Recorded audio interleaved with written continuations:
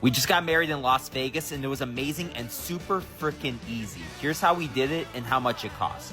First thing we had to do was pick our venue, so we went with Vegas Weddings. This is where Usher got married, and the location was great and super convenient because the wedding bureau was right down the street. So after our consultation, we were able to walk over and get our license beforehand. And it's really a one-stop shop because they have 4 different venues on site and so many ceremony options you could pick from. You could get married by Elvis, you could do a drive-through wedding, they had a gazebo. But even though we had a micro wedding, we loved the chapel so much we landed on that. We also did their Captivate package that covered all of this, so we didn't have to stress it all. The ceremony was amazing, and even though they've done over 100,000 weddings, the officiant, the planner, and the rest of the team did an amazing job of making our day special. After our ceremony was done, we took some photos on site before hopping in the limo and doing a photo shoot through the rest of downtown before heading off to dinner. To get married like Velly and I did, with everything included, this is how much it would cost. CNBC saying that the average wedding is 32 to 41K. In my opinion, as a wedding stationer, is like so off. Or wedding vendor as a stationer is so off.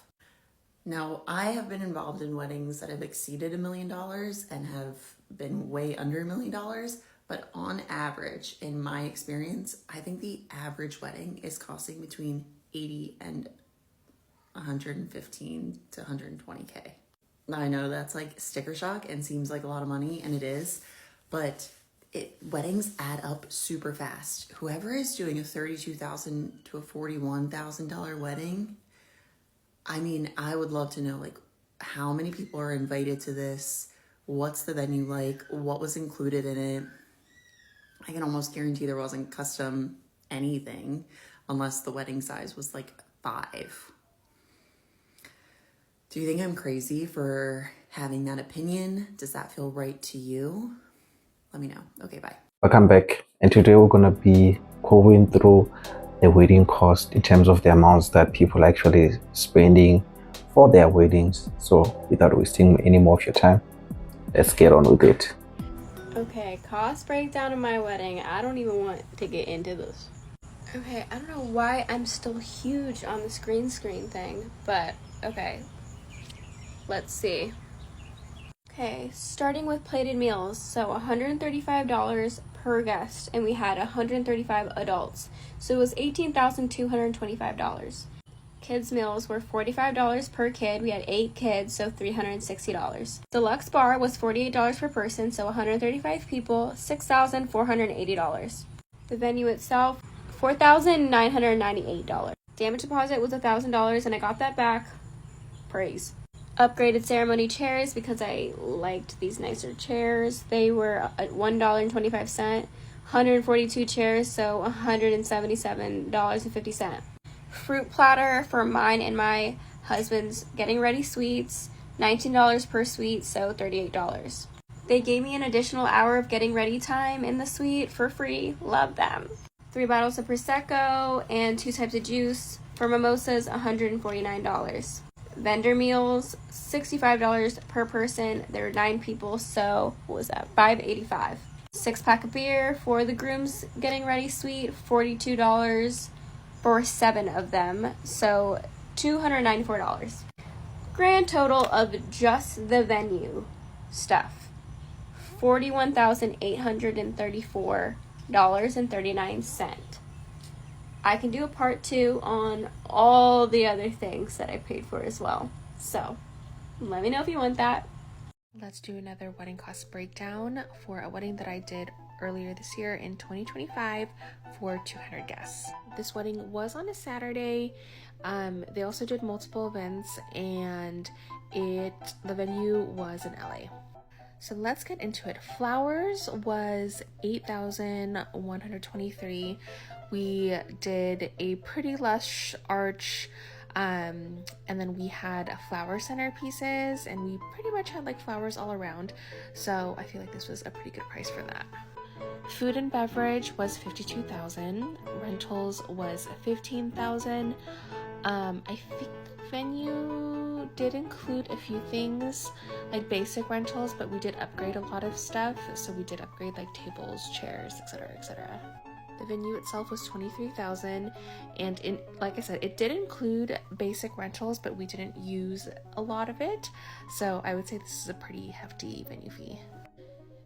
Hair and makeup was $1,700. This was for the bride and 3 bridal party. I think they did both hair and makeup, and this did include the preview, which I think was yeah, this was a pretty good price point.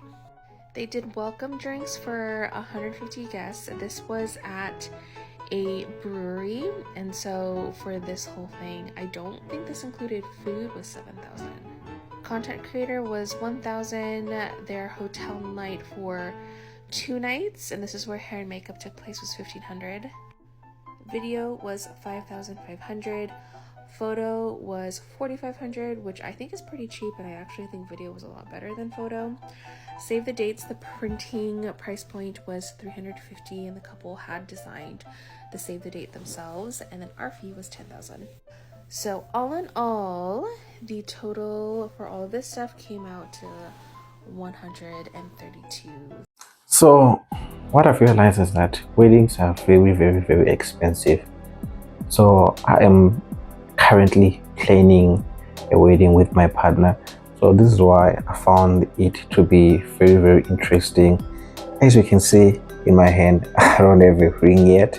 So in our wedding cost, we need to include even the rings. So we have realized that the extra budget that you might have for a wedding, it's not accurate. You end up spending more because whatever that they're charging you, whether it's for food, they're charging you per person, everything else adds up, and the more people that you have, the more the charges are gonna go up. So for venue hire, let's say you have 200 people, so someone who's hiring the venue and has less people, let's say they have 100 people, they're actually paying less. So a lot of things are expensive. You can already see even just the price of the flowers alone. So yeah, I don't wanna lie, we are a bit under pressure in terms of the cost, because everything just keeps on piling up. When you want to include the DJ is an amount, when you want to change a bit on the decor, it's an amount. So yeah, man, like weddings are expensive. What I can tell you is that whatever amount that you think that the wedding is gonna cost, just add a little bit more and have a buffer. And I'm sure that in the videos that we're gonna see here, it's clearly gonna show that in terms of non-Asians were extremely shocked by how much an Indian wedding costs. We obviously went luxury, but the dress was worth it. Venues in Florida, especially like Ritz, are extremely expensive. Same with flowers and labor. Most of our decor items were custom built as well. Hotel and Airbnb costs for our families and vendors are extremely expensive. Even with how much we spent, there were still mistakes. People have a lot to say, but we're happy. Wow, did I just say 2 million? I think let's just say that Indian people have money, because I don't know a lot of people who can spend 2 million on a wedding. I think that's 1 in 1,000 or 1 in whatever. Yeah, that one, I have no words for it. Did you guys know that the average cost of a wedding in Seattle in 2025 is $66,000? And that's for a basic wedding. Okay, nicer elevated experience is $150K. I was not aware that the average person is spending like 6 figures on their wedding. Meanwhile, I'm over here trying to plan my wedding for under 10K, so have I been living under a rock? We hosted a brunch the day after the wedding, and we had to rent a beautiful house in Malibu, and that rental was $750. Okay, and this one's the kicker. They will always tell you there's gonna be unexpected expenses, and our extra expenses, which I do have a breakdown of this if you guys wanna know where all this money went, but we spent $12,742 on extra expenses, which includes like all the Amazon purchases and honestly anything that had to be paid for. And last but not least, we estimated our honeymoon would be $3,000, and it ended up costing us $6,000 plus-ish. And that is everything, grand totaling around $175,000. I can't remember if I included like, I think there's a lot of people who spend a lot on weddings. I mean, how do you spend $2,400 on invitations? I think what I've realized is that when you are planning a wedding, you need to have prioritization, And if you are the man and you're the one who's going to be spending the most, you need to learn to say no. There are some things that shouldn't get included, or there's some things that one shouldn't be spending money on. Just looking at this ice sculpture, a Ferg photo booth, I think there's a lot of things which are included in the wedding for this lady, which I, for one, I wouldn't want in my wedding, even if my woman wants that. I mean, there's just unnecessary costs which just keeps on piling up. I think this is a type of wedding that a lot of people should avoid. Yes, it's good to have all the nice things, but there's such a point as overdoing things and going overboard, which this is a clear description in terms of going overboard. The honeymoon in that. Just keep in mind also, these prices are in California, you guys. It's very expensive to live in California, let alone have a wedding. Whether you spent $10,000 or $200,000, it does not matter, because it was your day. As long as you were a happy bride and you actually got to marry your husband, that's all that matters. I would not change our day for the world. I mean, it was everything that I could have ever. I spent $100,000 on my wedding, and let's do a full wedding cost breakdown. If you don't know me, my name is Claudia. I'm an August 2023 bride, and I own a wedding content creation business called The Big Day Events Australia. I post daily wedding tip, tricks, and advice, so follow along for more. I want to preface this video by saying that every wedding is different, and every wedding is going to be different based on what you and your partner earn. Us spending $100,000 on our wedding, is what we chose to do with our money. No, we can't afford to buy a house. Stop asking. It's not possible in Sydney in this economy. Starting off strong, we have $7,000 for my dress. This is the dress in question. It was a custom, it's so big, look at it.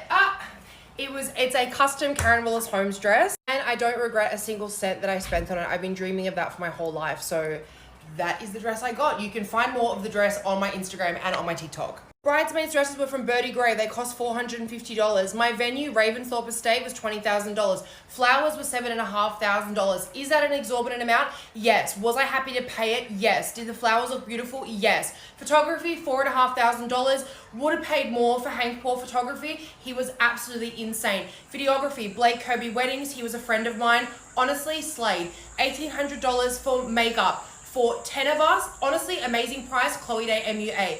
Hair was Bridal Hair by Celeste. I tell you what, she did 10 women's hair for $850. I just think that is absolutely insane. It is such an amazing price.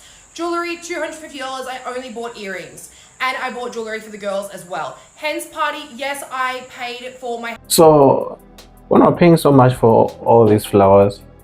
Do we get to keep them? Or we're just spending $7,000 just for that day?